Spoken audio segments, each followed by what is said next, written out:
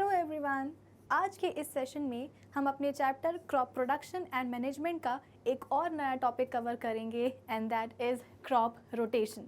Previous sessions में हमने बात करी थी मैन्योर्स और फर्टिलाइज़र्स की कि किस तरीके से मैन्योर्स और फर्टिलाइज़र्स सॉइल की जो न्यूट्रिएंट डिफिशिएंसीज होती हैं उनको फुलफ़िल करते हैं। और आज के सेशन में हम बात करेंगे क्रॉप रोटेशन की। तो चलो जल्दी से आज के इस सेशन को हम स्टार्ट कर लेते हैं। So this is Vibhuti Khare, welcome to Magnet Brains, जहाँ पे आपको सभी चैप्टर्स के वीडियो लेक्चर्स मिलने वाले हैं बिल्कुल फ्री ऑफ कॉस्ट। यानी कि मैग्नेट ब्रेन्स में आपको 2 चैप्टर्स पढ़ने के बाद किसी भी तरह का पेमेंट करने की या पैकेज परचेज करने की रिक्वायरमेंट बिल्कुल भी नहीं है, क्योंकि मैग्नेट ब्रेन्स आप सब तक पहुँचा रहा है क्वालिटी एजुकेशन बिल्कुल फ्री ऑफ कॉस्ट। तो इसी अच्छी बात से हम स्टार्ट कर लेते हैं आज का हमारा ये सेशन, जहाँ पे हम बात करेंगे क्रॉप रोटेशन के बारे में। एग्जैक्टली क्रॉप रोटेशन की प्रोसेस क्या होती है।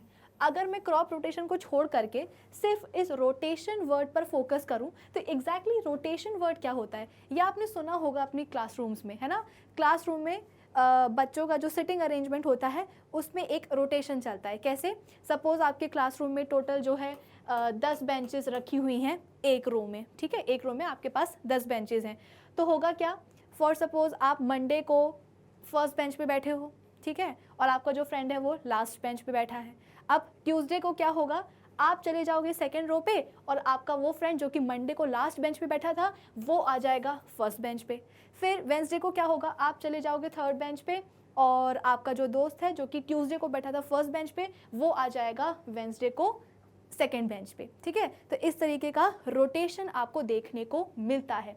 ऐसा ही रोटेशन हमको कहाँ देखने को मिलता है, क्रॉप कल्टीवेशन में देखने को मिलता है, जहाँ पे हम क्या करते हैं, leguminous and non leguminous plants को ऑल्टरनेटिव मैनर में कल्टीवेट करवाते हैं या ग्रो करवाते हैं।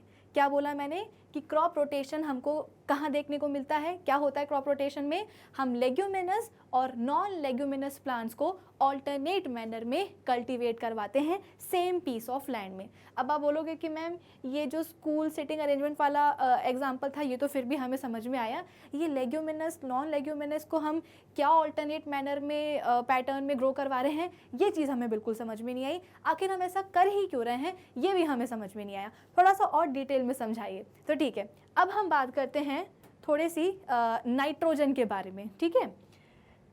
जब हमने मैन्योर्स और फर्टिलाइज़र्स की बात करी थी तो वहाँ पे हमने एक चीज़ बहुत अच्छी तरीके से सीख ली थी कि क्रॉप प्लांट्स को ग्रोथ के लिए, अपनी डेवलपमेंट के लिए, अपने मेंटेनेंस के लिए बहुत सारे न्यूट्रिएंट एलिमेंट्स की रिक्वायरमेंट होती है, बहुत सारे मिनरल एलिमेंट्स की रिक्वायरमेंट होती है, ठीक है ना। उनमें से कुछ माइक्रो वाले होते हैं, कुछ मैक्रो वाले होते हैं।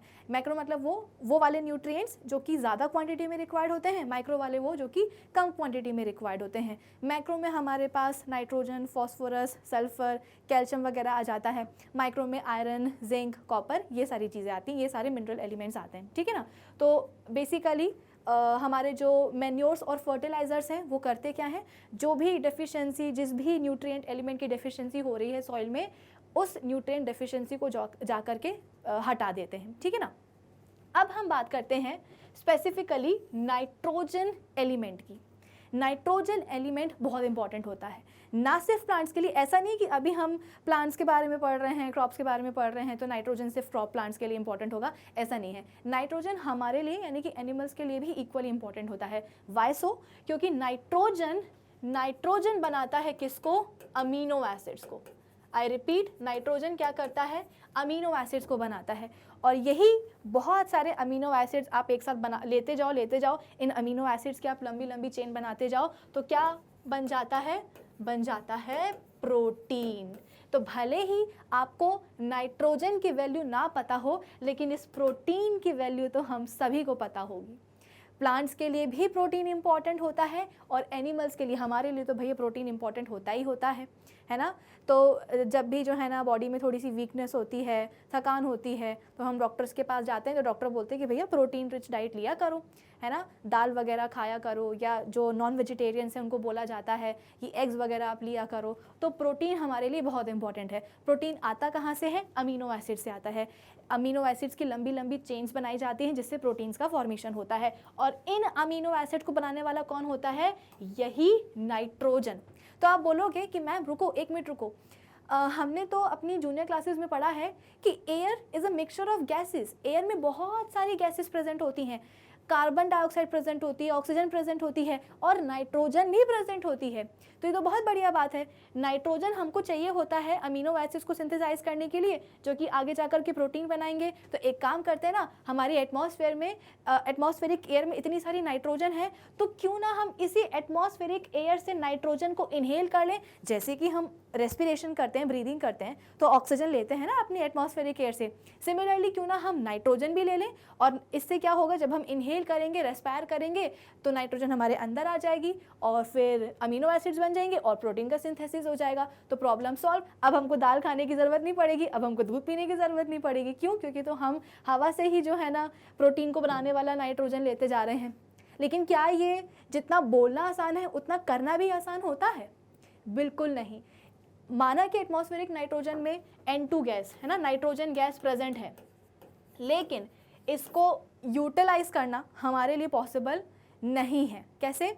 मैंने आपको पहले भी एग्जांपल दिया था कि एक तरफ आपके पास चॉकलेट है और एक तरफ आपके पास कोको बीन्स हैं। अब मैं आपसे बोल रही हूँ कि आप चॉकलेट खाना पसंद करोगे या कोको बीन्स खाना पसंद करोगे, क्योंकि अल्टीमेटली जो कोको बीन्स हैं वही चॉकलेट बनाती हैं। तो एक काम करो ना, चॉकलेट मत खाओ, कोको बीन्स खा लो। अब आप बोलोगे कि मैम कोको बीन्स और चॉकलेट का क्या रिलेशन है? चॉकलेट अपनी जगह है, कोको बीन्स अपनी जगह है। माना कोको बीन्स से ही चॉकलेट बनती है, लेकिन कोको बीन्स अभी इस फॉर्म में थोड़ी है कि उसको हम यूटिलाइज कर सकें, उसको हम खा सकें, या उसको हम हमारे लिए कन्वीनियंट नहीं है खाना। सिमिलरली माना कि हमारे एटमॉस्फेरिक एयर में नाइट्रोजन गैस प्रेजेंट होती है, लेकिन इसको हम एटमॉस्फेरिक ऑक्सीजन की तरह इनहेल नहीं कर सकते हैं।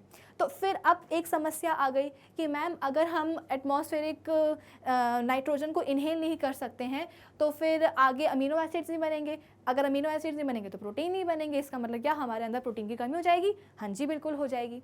इसका मतलब क्या कि हमें अपनी प्रोटीन की जो भी रिक्वायरमेंट है उसको फुलफ़िल करने के लिए क्या करना पड़ता है, अपने खाने पे डिपेंडेंट होना पड़ता है। मैंने आपको पहले भी बताया है कि हम जो भी खाना खाते हैं उस फूड के दो सोर्सेज होते हैं। एक तो प्लांट सोर्स होते हैं, हमारे पौधे सोर्स होते हैं, और दूसरा होता है हमारे एनिमल्स। ठीक है ना? तो एलिमेंट से एनिमल से हम बोलते हैं कि मीट मिल जाता है ना। और इसके अलावा जो एनिमल बेस्ड प्रोडक्ट, जो मिल्क वगैरह होता है, एग वगैरह जो होता है, वहाँ से हमारी प्रोटीन रिक्वायरमेंट फुलफिल हो सकती है। लेकिन अभी के लिए अगर हम एनिमल बेस्ड फूड प्रोडक्ट्स को थोड़ा सा साइड कर दें और अभी हम फोकस करें किसके ऊपर, प्लांट बेस्ड फूड प्रोडक्ट्स के ऊपर, तो कैसे हम अपनी बॉडी की प्रोटीन की रिक्वायरमेंट को प्लांट बेस्ड फूड प्रोडक्ट से जो है फुलफिल कर सकते हैं। क्योंकि अभी भी इंडिया में ऐसी बहुत बड़ी पॉपुलेशन है जो कि वेजिटेरियन है, जो कि अंडे तक जो है कंज्यूम नहीं करती है। ठीक है? तो अभी के लिए हम एनिमल बेस्ड फूड प्रोडक्ट्स को साइड कर देते हैं और हम अभी के लिए यही मान के चलेंगे कि किस तरीके से हम अपने खाने पीने से हम अपनी जो प्रोटीन रिक्वायरमेंट है अपनी बॉडी की, वो कैसे प्लांट बेस्ड फूड प्रोडक्ट से जो है फुलफिल कर सकते हैं। तो सीधी सी बात है, अभी तक जो हमने चीज़ें पढ़ी हैं उससे हमें ये समझ में आया है कि नाइट्रोजन हमारी बॉडी में उसकी ज़रूरत होती है प्रोटीन की डेफिशिएंसी को या प्रोटीन की कमी को, उसकी रिक्वायरमेंट को फुलफ़िल करने के लिए। ठीक है? और नाइट्रोजन को हम एटमॉस्फेरिक एयर से इनहेल कंज्यूम नहीं कर सकते हैं, हमें प्लांट से अपनी इस प्रोटीन रिक्वायरमेंट को फुलफ़िल करना पड़ेगा। फिर इसके बाद में आप लोग के दिमाग में ये चीज़ आएगी कि मैम क्या प्लांट्स के अंदर कोई फूड फैक्ट्री होती है क्या, कि वो अपने अंदर जो है ना प्रोटीन बनाते हैं और हमको बना करके दे देते हैं? बिल्कुल, एग्जैक्टली यही होता है। प्लांट अपने अंदर प्रोटीन बनाते हैं, ठीक है ना। इससे क्या होता है कि उनकी खुद की भी प्रोटीन रिक्वायरमेंट पूरी हो जाती है, और इसके बाद में जब हम उन प्लांट्स को खाते हैं या उनसे बने हुए प्रोडक्ट्स को खाते हैं तो हमारे अंदर जो प्रोटीन की रिक्वायरमेंट है वो भी फुलफिल हो जाती है। तो आपके दिमाग में ये आएगा कि मैम अच्छा, हम नाइट्रोजन गैस को एयर से इनहेल नहीं कर सकते हैं, शायद प्लांट्स ले लेते हैं। प्लांट्स के लिए करना ये पॉसिबल होता है। प्लांट्स क्या करते हैं, बड़े आसानी से एटमॉस्फेरिक नाइट्रोजन को उन्हें ले लिया, फिर इसके बाद में उनसे प्रोटीन बनाए, और इसके बाद में हमने उन प्लांट्स को खाया या उनकी प्रोडक्ट्स को खाया तो हमें प्रोटीन मिल गया। एक्चुअली नहीं, प्लांट्स के लिए भी इतना आसान नहीं होता है एटमॉस्फेरिक नाइट्रोजन का यूज़ करना। तो फिर आप बोलोगे कि मैम फिर होता क्या है अगर प्लांट्स एटमॉस्फेरिक नाइट्रोजन को एज सच N2 गैस के फॉर्म में जो है ना यूटिलाइज नहीं कर पा रहे हैं, तो फिर होता क्या है? अब इस केस में सबसे आगे आते हैं हमारे कौन, लेग्यूमिनस प्लांट्स। लेग्यूमिनस प्लांट्स कौन होते हैं भाई? जैसे कि पल्सेस यानी कि दालें, पीस, मटर, बीन्स, ग्राउंडनट, ठीक है ना, क्लोवर। ये क्लोवर है, ये डोवर नहीं है, इसको करेक्ट कर लेना, ये होगा क्लोवर। ठीक है? तो हमारे जो लेग्यूमिनस प्लांट्स हैं जैसे कि pulses, peas, beans, groundnut, clover etcetera, इनको हम लेग्यूमिनस प्लांट्स कहते हैं। और ये एटमॉस्फेरिक नाइट्रोजन को यूटिलाइज करने में सबसे आगे होते हैं। कैसे सबसे आगे होते हैं? इन लेग्यूमिनस प्लांट्स की जो रूट्स होती है ना, उनकी एक खास बात होती है। खास बात ये होती है कि इन लेग्यूमिनस प्लांट की जो रूट्स है ना, उसमें रूट नोड्यूल्स प्रेजेंट होते हैं। रूट नोड्यूल्स मतलब कि इनकी रूट्स में कुछ गांठें प्रेजेंट होती हैं। ठीक है, ये आपको दिख रहा होगा, ये एक लेग्यूमिनस प्लांट की रूट्स हैं और इन रूट्स में आपको देखो छोटे छोटे से आपको गांठ दिखाई देंगे, नोड्यूल्स दिखाई देंगे। आप बोल सकते हो कि ट्यूमर लाइक स्ट्रक्चर आपको यहाँ पे दिखाई दे रहा होगा। ठीक है ना, इनको हम क्या कहते हैं? इनको हम कहते हैं रूट नोड्यूल्स। अब इन रूट नोड्यूल्स की खास बात क्या होती है? इन रूट नोड्यूल्स की खास बात ये होती है कि इनमें प्रेजेंट होते हैं नाइट्रोजन फिक्सिंग बैक्टीरिया। क्या प्रेजेंट होते हैं? इनमें होते हैं नाइट्रोजन फिक्सिंग बैक्टीरिया। ठीक है, और एक बढ़िया सा नाइट्रोजन फिक्सिंग बैक्टीरिया है, उसका मैं आपको नाम बता देती हूँ। उसका नाम है राइजोबियम। क्या नाम है उसका? राइजोबियम। ठीक है, तो लेग्यूमिनस प्लांट जो होते हैं हमारे क्रॉप प्लांट्स, उनकी रूट्स में नोड्यूल्स प्रेजेंट होते हैं, गांठें होती हैं, जिनको हम रूट नोड्यूल्स कहते हैं, जिनमें नाइट्रोजन फिक्सिंग बैक्टीरिया होता है और एक कॉमन नाइट्रोजन फिक्सिंग बैक्टीरिया है राइजोबियम। तो आप बोलोगे कि मैम एग्जैक्टली ये बैक्टीरिया करता क्या है? ये एक बैक्टीरिया है, ठीक है ना, राइजोबियम। आप बोलोगे कि मैम ये एग्जैक्टली बैक्टीरिया करता क्या है? तो ये बैक्टीरिया बड़ा काम का होता है। ये क्या करता है कि एटमॉस्फेरिक एयर में जो नाइट्रोजन गैस होती है वो ये पकड़ता है, ठीक है ना, वो ये कैप्चर करता है और इस एटमॉस्फेरिक नाइट्रोजन को ये क्या करता है? यूटिलाइजेबल फॉर्म्स में कन्वर्ट कर देता है। जैसे कि मैंने आपको एग्जांपल दिया था कोको बीन्स और चॉकलेट का, कि आपके पास चॉकलेट भी है, आपके पास कोको बीन्स भी है, लेकिन आप पसंद करोगे क्या? चॉकलेट खाना, कोको बीन्स नहीं। क्यों? क्योंकि वो अभी अपने खाने के फॉर्म में नहीं है, खाने लायक नहीं है, खाने के फॉर्म में नहीं है। ठीक है ना, तो सिमिलरली ये जो राइजोबियम जो हमारे प्लांट्स होते हैं वो नाइट्रोजन गैस को, N2 गैस को ऐसा जो है यूटिलाइज नहीं कर सकते हैं। ज़रूरी ये है कि इस नाइट्रोजन को, इस एलिमेंट को अपने उसके यूटिलाइजेबल फॉर्म में कन्वर्ट किया जा सके। तो कौन करता है? यही बैक्टीरिया, राइजोबियम बैक्टीरिया करता है। ये क्या करता है? इस नाइट्रोजन को कन्वर्ट कर देगा किस में? नाइट्रेट्स में, ठीक है, नाइट्राइट्स में और अमोनियम में। क्या बोला मैंने? कि जो राइजोबियम बैक्टीरिया होता है, नाइट्रोजन फिक्सिंग बैक्टीरिया होता है लेग्यूमिनस प्लांट के रूट नोड्यूल्स में, ये क्या करता है? एटमॉस्फेरिक नाइट्रोजन को यूटिलाइजेबल फॉर्म्स जैसे कि नाइट्रेट्स, नाइट्राइट्स और अमोनियम में कन्वर्ट कर देता है। ठीक है, अब क्या हुआ? ऑब्वियस सी बात है, ये जो रूट्स हैं ये कहाँ होती हैं? सॉइल में ही होती हैं। तो ये जो भी प्रोसेस चल रही है नाइट्रोजन को, एटमॉस्फेरिक नाइट्रोजन को नाइट्रेट्स, नाइट्राइट्स और अमोनियम में कन्वर्ट करने की, ये कहाँ चल रही हैं? ये सब चीज़ें सॉइल के अंदर चल रही हैं। लेग्यूमिनस प्लांट की जो रूट नोड्यूल्स हैं वहाँ चल रही हैं। ठीक है, अब क्या हुआ? ये जितने भी बेसिकली ये जो नाइट्रेट्स अमोनियम वगैरह हैं, ये सब क्या है? नाइट्रोजन के ही तो कंपाउंड्स हैं। देखो ना, ये भी एक कंपाउंड है, ये भी एक कंपाउंड है, ये भी एक कंपाउंड है। इन सभी कंपाउंड में क्या है? नाइट्रोजन है, तो ये सभी नाइट्रोजन कंपाउंड हुए। ठीक है, अब इन नाइट्रोजन कंपाउंड्स को सॉइल में रिलीज कर दिया जाता है। ठीक है, सॉइल में रिलीज कर दिया। जितने अमाउंट में नाइट्रोजन कंपाउंड्स को की रिक्वायरमेंट है लेग्यूमिनस प्लांट में, वो उतने नाइट्रोजन कंपाउंड्स जो हैं ये वाले प्लांट ले लेता है।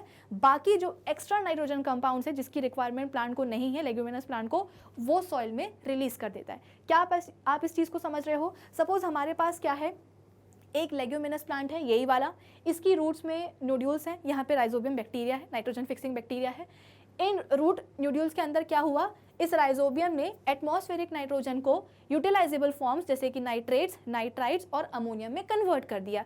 ये सभी के सभी नाइट्रोजन कंपाउंड्स होते हैं। ठीक है, अब जितना इस लेग्यूमिनस प्लांट को चाहिए होगा ये वाले कंपाउंड्स, नाइट्रेट्स, नाइट्राइट्स, अमोनियम वगैरह, उतने ये रखेगा अपने पास। बाकी के जो एक्स्ट्रा नाइट्रोजन कंपाउंड्स हैं, नाइट्रोजन की ये यूटिलाइजेबल फॉर्म्स हैं, इन एक्स्ट्रा कंपाउंड्स को हमारा ये वाला लेग्यूमिनस प्लांट सॉइल में रिलीज कर देगा। ठीक है, अब जो इस लेग्यूमिनस प्लांट ने नाइट्रोजन के कंपाउंड्स को रखा था, जो ज़रूरत थी इसको, इन नाइट्रोजन कंपाउंड से क्या बना लेता है ये लेग्यूमिनस प्लांट? प्रोटीन बना लेता है। ठीक है, ये लेग्यूमिनस प्लांट क्या करेगा? जो भी इसने नाइट्रोजन कंपाउंड्स बनाए हैं, इन कंपाउंड्स के थ्रू ये अपने लिए प्रोटीन बना लेगा, ठीक है। और जब इन लेग्यूमिनस प्लांट को हम खाते हैं या इनसे बने हुए प्रोडक्ट को, इनसे निकले हुए प्रोडक्ट को हम खाते हैं, तो इनने जो प्रोटीन बनाया है, इस लेग्यूमिनस प्लांट ने जो प्रोटीन बनाया है वो हमारे अंदर आ जाता है। तो ये इस पूरी साइकिल को आप समझो। एटमॉस्फेरिक एयर में नाइट्रोजन थी, लेकिन उसको हम यूज़ नहीं कर सकते एज इट इज़, ना हम ना हमारे प्लांट्स। लेग्यूमिनस प्लांट सबसे आगे होते हैं। इनके रूट में गांठें होती हैं जिसमें नाइट्रोजन फिक्सिंग बैक्टीरिया होता है, फॉर एग्जांपल राइजोबियम। ये राइजोबियम क्या करता है, एटमॉस्फेरिक नाइट्रोजन को यूटिलाइजेबल फॉर्म्स में कन्वर्ट करता है, जैसे कि नाइट्रेट्स, नाइट्राइट्स एंड अमोनियम। ये सभी नाइट्रोजन रिच कंपाउंड्स होते हैं। जितना लेग्यूमिनस प्लांट को रिक्वायर्ड है ये वाले कंपाउंड्स, उतना वो रखेगा, बाकी सारा सॉइल में रिलीज कर देगा। अब अब्जॉर्ब्ड नाइट्रोजन कंपाउंड से ये प्रोटीन बनाएगा, खुद का भी फायदा, और जब हम इस लेग्यूमिनस प्लांट को खाएंगे या इससे बने हुए कोई प्रोडक्ट को हम खाएंगे तो हमारे अंदर भी वो प्रोटीन आ जाएगा जो कि इस लेग्यूमिनस प्लांट ने बनाया था ये वाले कंपाउंड्स को यूज़ करके, ठीक है। अब हुआ क्या, सपोज एक बार में आपके पास जो भी खेत था, ज़मीन का टुकड़ा था, उसमें आपने लेग्यूमिनस क्रॉप को जो है ना ग्रो करवाया। अब एक पौधा तो आप लगाओगे नहीं, कई सारे आपने लेग्यूमिनस, फॉर एग्जांपल कौन कौन से थे हमारे लेग्यूमिनस क्रॉप प्लांट्स, हमारे पास थे पल्सेस पी। तो चलो हम एक काम करते हैं, हम ग्राउंड नट की खेती करते हैं, यानी कि हम मूंगफली की खेती कर रहे हैं, ठीक है। तो हमने क्या किया, हमारे पास जो एक ज़मीन का टुकड़ा था उसमें हमने मूंगफली के पौधे उगा दिए, ठीक है। अब मूंगफली के पौधे मतलब क्या, ये सभी लेग्यूमिनस प्लांट्स हैं, सभी के सभी क्या करेंगे, एटमॉस्फेरिक नाइट्रोजन को फिक्स करेंगे, ठीक है। तो सॉइल में क्या आ गया है, बहुत सारे ये वाले कंपाउंड्स आ गए हैं, नाइट्रोजन वाले कंपाउंड्स आ गए, यानी कि हमारी जो सॉइल है, जब इस सॉइल में हमने अपने मूंगफली के पौधों की खेती करी है, मूंगफली की खेती करी है, तो जो मिट्टी है वो नाइट्रोजन रिच कंपाउंड्स में क्या हो गई है, काफ़ी उससे रिच हो गई है, ठीक है ना। हमारी मिट्टी में जहाँ पे हमने मूंगफली की खेती करी है उसमें बहुत ज़्यादा नाइट्रोजन रिच कंपाउंड्स आ चुके हैं, यानी कि हमारी मिट्टी जो है नाइट्रोजन से भरी हुई है।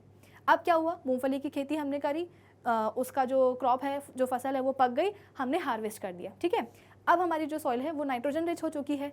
अब हम क्या करेंगे, अब हम एक ऐसी क्रॉप लेकर के आएंगे जो कि नॉन लेग्यूमिनस प्लांट की हो, फॉर एग्जांपल वीट या राइस। उसी खेत में सबसे पहले आपने मूंगफली की खेती करी, मूंगफली की खेती करने से क्या हुआ, नाइट्रोजन आ गई आपकी सॉइल में इन कंपाउंड्स के थ्रू। अब आपने क्या किया, हार्वेस्टिंग के बाद अब आप एक नॉन लेग्यूमिनस प्लांट को लेकर के आए हैं, फॉर सपोज आपने गेहूं की खेती करी है। अब गेहूं की खेती में क्या होता है, गेहूं के पौधों को नाइट्रोजन की ज़रूरत होती है, तो अब क्या होगा, ऑलरेडी आपके पास सॉइल में नाइट्रोजन है। जब आप गेहूं की खेती करोगे तो गेहूं के पौधे क्या करेंगे, गेहूं की फसलें क्या करेंगी, नाइट्रोजन को सॉइल से अब्जॉर्ब कर लेंगी, ठीक है ना। फिर इसके बाद में अब्जॉर्ब कर लेंगी, फसल पक जाएगी, आप उसको हार्वेस्ट कर लोगे। अब क्या हुआ, गेहूं की फसल के कारण सॉइल में नाइट्रोजन फिर से कम हो गया। अब क्या करोगे, फिर से आप मूंगफली की खेती कर लो। मूंगफली की खेती से क्या होगा, मूंगफली के जो क्रॉप प्लांट्स होंगे उनकी रूट्स में जो नाइट्रोजन फिक्सिंग बैक्टीरिया होगा वो फिर से एटमॉस्फेरिक नाइट्रोजन को से क्या करेगा, नाइट्रोजन रिच कंपाउंड्स बना देगा, जितने खुद को ज़रूरत होंगी उतने अब्जॉर्ब कर लेगा, बाकी सॉइल में रिलीज कर देगा। तो हमारी सॉइल क्या हो जाएगी, फिर से नाइट्रोजन रिच हो जाएगी। फिर इसके बाद में फिर से आपने मूंगफली की खेती करी, फसल पक गई, मैच्योर हो गई, हार्वेस्ट कर लिया, हटाओ, अब आपकी सॉइल फिर से क्या हो गई, नाइट्रोजन रिच हो गई। अब आप फिर से क्या ले आओ, एक नॉन लेग्यूमिनस क्रॉप लेकर के आ जाओ, इस बार आप चावल लेकर के आ जाओ, ठीक है। फिर क्या होगा, चावल के जो पौधे होंगे, क्रॉप प्लांट्स होंगे, वो सॉइल की नाइट्रोजन को यूटिलाइज कर लेंगे। तो एक बना रहा है और दूसरा यूटिलाइज कर रहा है, जो बना रहा है वो भी यूटिलाइज कर रहा है और जो नहीं बना पा रहा है वो तो खैर यूटिलाइज कर ही रहा है। तो लेग्यूमिनस क्रॉप प्लांट्स क्या करते हैं, एटमॉस्फेरिक नाइट्रोजन को सॉइल में फिक्स कर देते हैं और यूटिलाइजेबल फॉर्म्स में कन्वर्ट कर देते हैं, और उनकी जगह पे बाद में जब नॉन लेग्यूमिनस प्लांट्स आते हैं वो इसी फिक्स्ड नाइट्रोजन को सॉइल की यूटिलाइज कर लेते हैं, और इसी को हम क्या कहते हैं, क्रॉप रोटेशन कहते हैं। जैसे कि मैंने आपको एग्जांपल दिया था ना कि आपके क्लासरूम में एक रो में 10 बेंचेस हैं, तो आप अगर सबसे पीछे बैठे हो एक दिन तो नेक्स्ट डे आप आगे आ जाओगे, फिर एक दिन ऐसा आएगा जब आप फिर से लास्ट बेंच पे आ जाओगे, फिर एक दिन ऐसा आएगा जब आप फिर से जो है ना फर्स्ट बेंच पे आ जाओगे। तो ये रोटेशन जो है ना चलता जाता है। सिमिलरली यहाँ पे भी हम क्या करते हैं, क्रॉप रोटेशन में लेग्यूमिनस प्लांट उगाते हैं, फिर इसके बाद में नॉन लेग्यूमिनस, फिर लेग्यूमिनस, फिर नॉन लेग्यूमिनस। तो ये रोटेशन हम बोलते हैं कि चलता ही जाता है। ये क्या है, एक नेचुरल मेथड होता है सॉइल की फर्टिलिटी को इम्प्रूव करना। क्योंकि हमने मैन्योर्स और फर्टिलाइज़र्स में देखा था कि किस तरीके से हम सॉइल की फर्टिलिटी को बढ़ाने के लिए, न्यूट्रिएंट्स की डेफिशिएंसी को हटाने के लिए हम क्या करते हैं, ऊपर से एक्स्ट्रा चीज़ें डालते हैं। कभी ऑर्गेनिक चीज़ डाल देंगे, कभी केमिकल वगैरह डाल देंगे। लेकिन ये जो क्रॉप रोटेशन का जो मेथड होता है, ये यहाँ पे आपको कोई एडिशनल चीज़ डालने की ज़रूरत नहीं पड़ती है।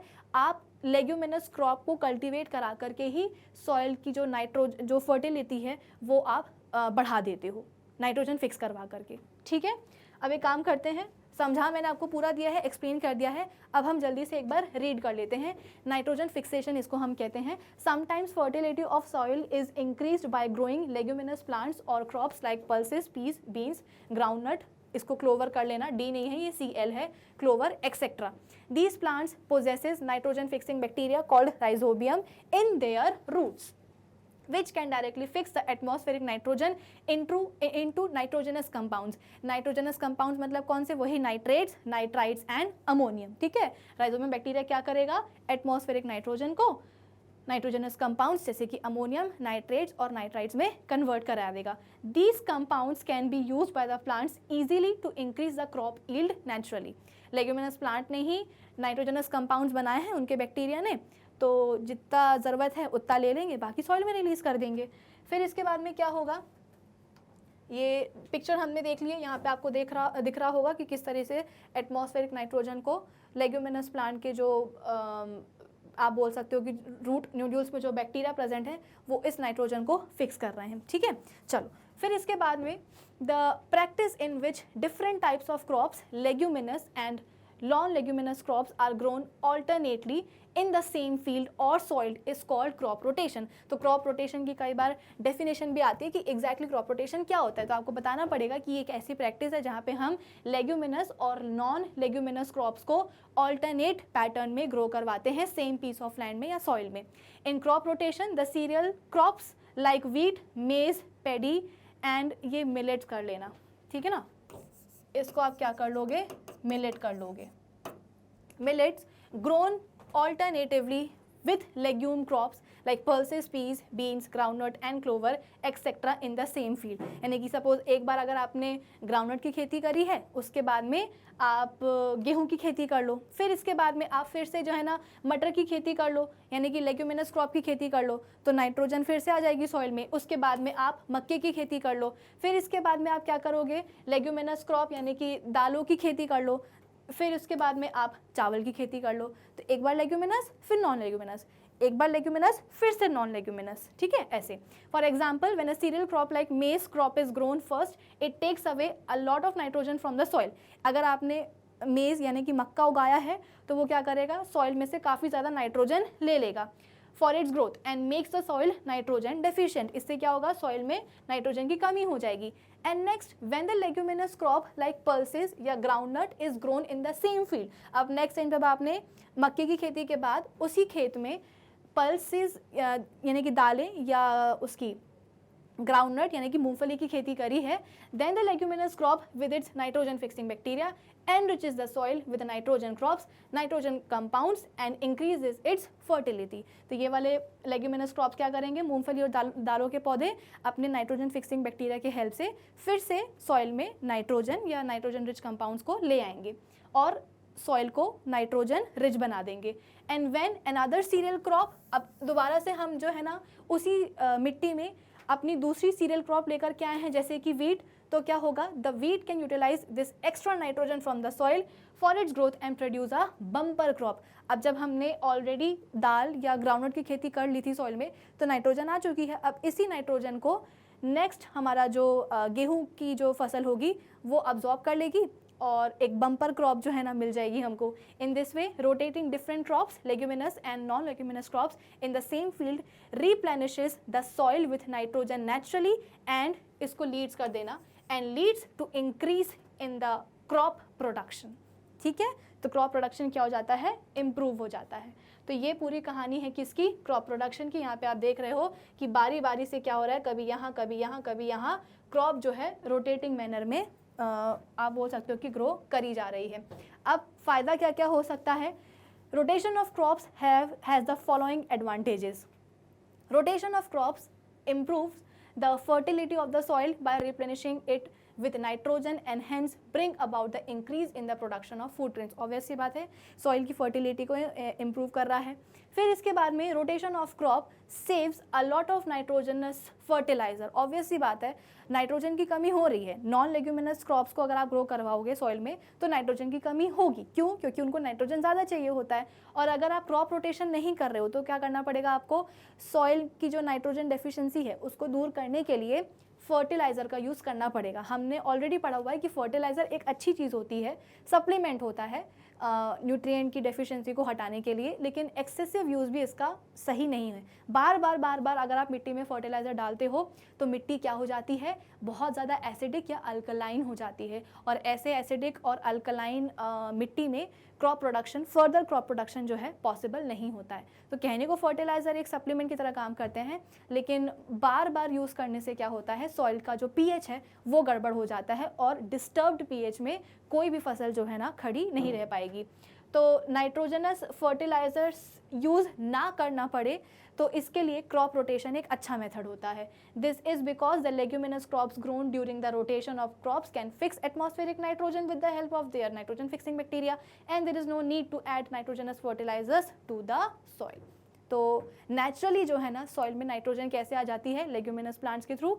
उनके रूट नोड्यूल्स में गांठ, उनकी जो रूट्स में जो गांठ प्रेजेंट होती है वहाँ पे जो नाइट्रोजन फिक्सिंग बैक्टीरिया है वो नेचुरली सॉइल में नाइट्रोजन और नाइट्रोजन के जो कंपाउंड्स होते हैं जैसे कि अमोनियम, नाइट्रेट, नाइट्राइट्स, उनको लेकर के आ जाता है. ठीक है ना. तो बेसिकली लेग्यूमिनस क्रॉप प्लांट्स के जो रूट नोड्यूल्स में जो नाइट्रोजन फिक्सिंग बैक्टीरिया होता है वो क्या करता है? एटमॉस्फेरिक नाइट्रोजन को यूटिलाइजेबल फॉर्म्स में कन्वर्ट करता है, जैसे कि नाइट्रेट्स, नाइट्राइट्स एंड अमोनियम, यानी कि आप बोल सकते हो कि नाइट्रोजन कंपाउंड्स बना देता है.